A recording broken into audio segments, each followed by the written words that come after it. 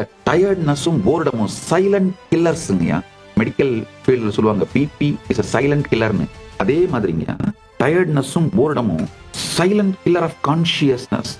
உங்களை சுத்தி இருக்கிற சமூகத்தை ஏமாத்துறதுக்காக தான் நீங்க டயர்ட்னஸை ஆக்ட் பண்ண ஆரம்பிப்பீங்க. ஃபர்ஸ்ட் எப்போ டயர்ட்னஸை உணர்ந்தீங்கன்னு பாருங்க. நீங்க செய்ய விரும்பாத ஏதோ ஒன்றை செய்ய வேண்டி இருக்கும்போது, ஸ்கூலுக்கு போறதோ இல்ல காலேஜ் போறதோ இல்ல வேலைக்கு போறதோ, அப்போ மறுக்கிறதுக்காக, மற்றவங்களை ஏமாத்துறதுக்காக டயர்டா இருக்கு, உடம்பு முடியல, ஃபீவரிஷா இருக்கு அப்படின்னு மற்றவங்களை ஏமாத்துறதுக்காக ஆரம்பிச்சு கொஞ்சம் கொஞ்சமா உங்களையே ஏமாத்திக்க ஆரம்பிச்சு, உண்மையிலேயே டயர்ட்னஸை செரிஷ் பண்ண ஆரம்பிச்சு, டயர்ட்னஸுக்கே ஒரு விதமான அடிக்ஷனுக்கு போயிட்டு அந்த ஒரு சின்ன பிளைண்ட் ஸ்பாட் உங்க வாழ்க்கையோட எவ்வளவோ பெரிய பாகத்தை விழுங்கிடும் தெரியுமாங்கய்யா.